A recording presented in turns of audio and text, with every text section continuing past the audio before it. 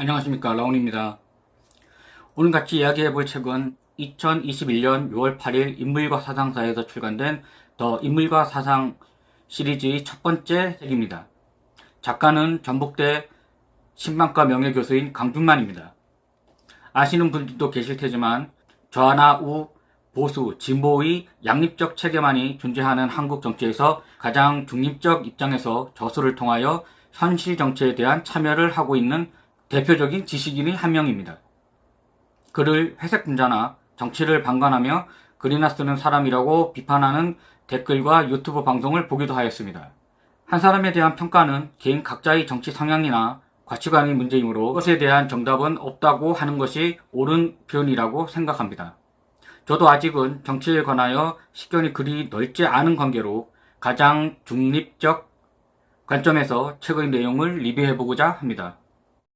책은 크게 9개의 소제목으로 이루어져 있습니다. 이 책이 올해 5월에 출간되었으므로 작년부터 올해까지 한국 정치에서 이슈가 되었던 최신 사건들에 관하여 다루고 있습니다. 오늘은 첫 번째로 두 번째 소제목인 추미애와 윤석열은 서로 이용했나? 라는 제목의 내용을 다뤄보고자 합니다. 작가는 윤석열의 대권 후보로의 꽃길은 문재인 정권이 고이 닦아주었다고 시작합니다. 2019년 12월 5일 법무부 장관의 추미애가 지명되자 정부는 검찰과의 전면전을 예고한다는 언론의 보도가 뒤따르기 시작합니다. 이때 윤석열 사단은 11월 중순에 터진 청와대 울산시장 선거 개입을 수사 중이었고 추미애는 법무부 장관이 되고 일주일도 지나지 않아 20년 1월 8일 울산시장 선거 개입 수사를 지휘하던 대검찰청 공공수사부장 박찬호를 제주로 날려버립니다. 중앙일보는 18 대학살이라는 표현까지 써가며 현 집권 정부를 정조준한 윤석열 검찰 사단의 해체와 좌천성 인사에 대하여 보도하기도 하였습니다. 저도 문재인 대통령이 윤석열과 그의 부인까지 불러서 임명장을 직접 주며 수많은 언론 취재 카메라 앞에서 살아있는 권력이라도 문제가 있다면 수사하는 것이 맞다고 검찰총장 임명에 대한 덕담 수준의 인사를 건네는 것을 TV에서 보았던 기억이 납니다. 그런데 이때는 적폐라고 생각한 전 정권의 부당한 지시에 항명한 윤석열이 올바른 검사의 원칙과 실천에 점수를 후하게 주었고 인간적으로 자신을 임명한 대통령과 측근들까지는 건드리지 않는다는 일종의 믿음이나 확신이 있었을 것으로 보입니다. 하지만 울산시장 청와대 개입설로 불거진 수사가 대통령의 수적과 같은 청와대 수석들과 대통령과 그리 오래된 중화고위에게 검찰의 수사 압박이 시작되자 그때는 이미 어설프게 믿던 믿음이 저 멀리 사라지고 남은 것은 과연 어느 선까지인가 라는 것이 청와대의 주 관심사였을 것입니다. 집권 초기부터 공수처 설치를 목표로 하여 검찰의 개혁을 공인한 문 대통령은 윤석열 총장의 검찰의 수사가 청와대의 의도와는 다르게 현 정권의 중심을 향하고 있음을 알았고 첫 번째 검찰을 저지할 선수로 조국 전 장관을 투입하지만 윤석열 총장은 그를 영혼까지 탈탈 털어서 내동댕이 쳐버립니다. 두 번째 선수는 추미애 장관이었습니다. 추미애는 그 어떤 때보다도 완고하고 거칠게 법무부를 이끌며 윤석열의 검찰에 대하여 원색적인 비난까지 해가며 제2라운드를 예고합니다. 작가는 이때의 과장되고 무모하기까지 했던 추미애의 장관직 수행은 차후 대권 후보가 되기 위하여 미리 철저하게 계획된 정치적 행보였다고 진단합니다. 여권은 환호하였고 11월 24일 윤석열 직무배제라는 초강수를 두지만 12월 1일 서울행정법원의 효력 중단 결정이 내려지며 최악의 상황까지 몰리게 됩니다. 추미애는 자신이 담고 싶은 정신이 나라를 구하고자 몸을 던진 농계정신이라고 말한 바 있는데 그 농계정신은 행정법원의 판단에 의하여 실패하고 12월 16일 법무부 장관직에서 사퇴하게 됩니다. 다시 신임 법무부 장관에 박봉계가 임명되자 윤석열은 3월 4일 사퇴하고 검찰을 떠났습니다. 그럼 지금까지의 사건들의 결과는 어떤 이유에서 시작되었는가? 라는 의문이 생기실 겁니다. 추미애, 윤석열에게 결국 지금 남은 것은 무엇인가? 둘 다 대선에 나가려는 1차적 목표는 지금 각 당의 후보로 있으니 우선 달성했다고 봅니다. 하지만 윤석열의 정치 입문 계기와 그의 팬덤을 만들어준 것은 지금의 정부와 추미애의 어설픈 자기들식 검찰 길들이기의 결과라는 생각이 들었습니다. 윤석열 전 총장은 박근혜 정부 때나 현 정권 때나 검사로서 자신의 위치에서 독립적이게 참모진의 보조를 받으며 오로지 수사만, 자신이 해야 할 일만 했을 뿐인데 범죄가 청와대와의 개입을 의심하게 하였고 그쪽으로 수사의 방향을 잡았을 뿐인데 갑자기 그의 신복들은 제주를 비롯하여 자신들의 뜻과는 상관없이 전국 투어에 나서게 된 것이죠. 권력을 호위하는 그동안의 검찰의 친정권적 성향을 생각하면 윤석열 전 총장 입장에서는 자신이 검사로서의 일을 하려고 한 것뿐인데 자신의 수족을 다 자르며 국민들 앞에서 수치와 모욕의 대상이 된 것이죠. 아마 이런 권력의 정점에 의한 횡포가 정치에는 전혀 관심이 없던 그를 대권 후보로 만든 것이 아닌가라는 생각마저 들었습니다. 이때부터 민주당은 윤석열 악마화를 시작한다고 작가는 이야기합니다. 이는 현 정부의 정권 재창출에 있어서는 최대의 치명적 실수였다고 생각합니다.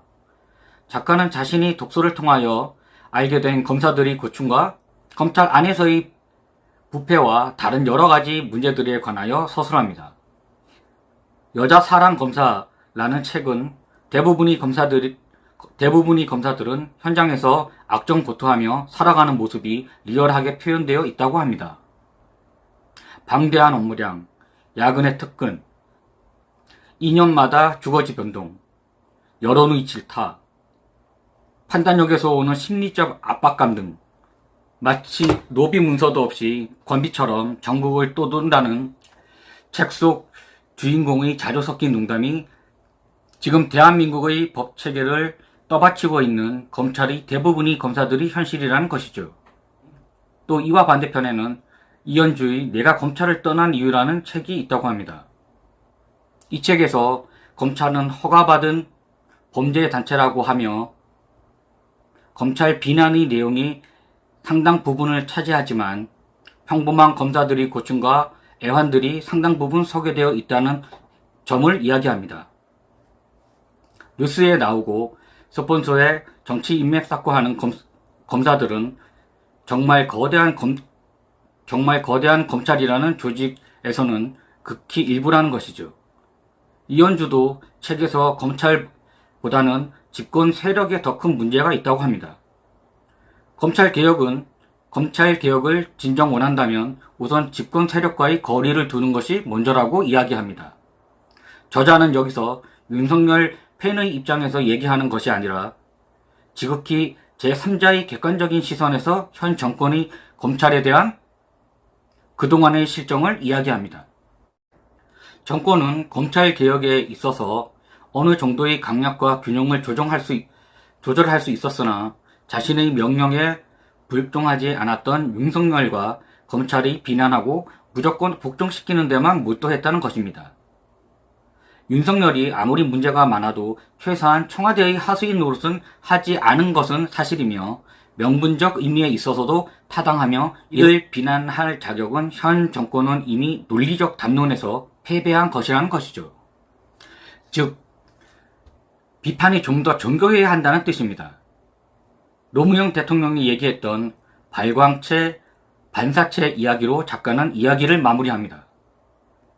발광체는 국민이며 정치인과 지도자는 국민의 뜻을 잘 반사해줘야 한다는 말이라고 합니다. 작가는 현 정권의 지난 4년간의 실정을 보며 최소한의 반사체 역할도 하지 못했다고 비판합니다.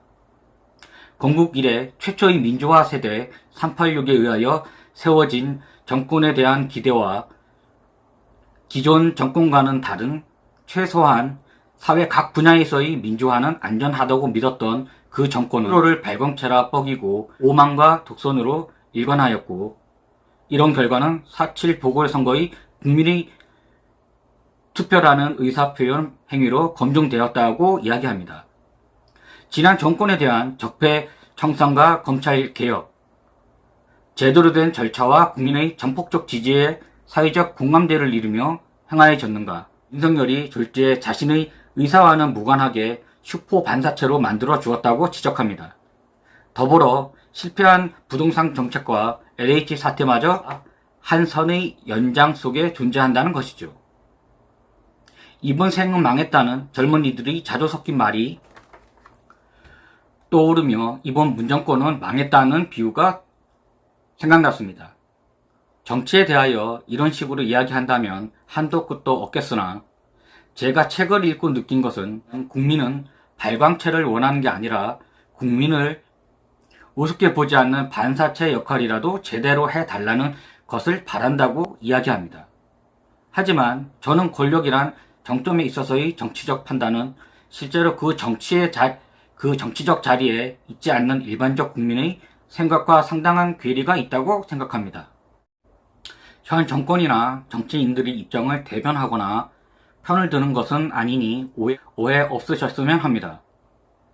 그동안 우리가 정치에 원한 것은 이론적 정의와 국민을 위함이라는 생각이 듭니다. 이론과 실제는 항상 괴리가 있는 법입니다. 그 간격을 좁힘에 있어 어떤 결정을 꼭 하여야 하는 순간이 있음을 저희는 알고 있습니다. 지금까지도 앞으로도 정치에 관한 우리들의 부정적 시각은 변하기에는 많은 시간과 노력이 필요할 것입니다.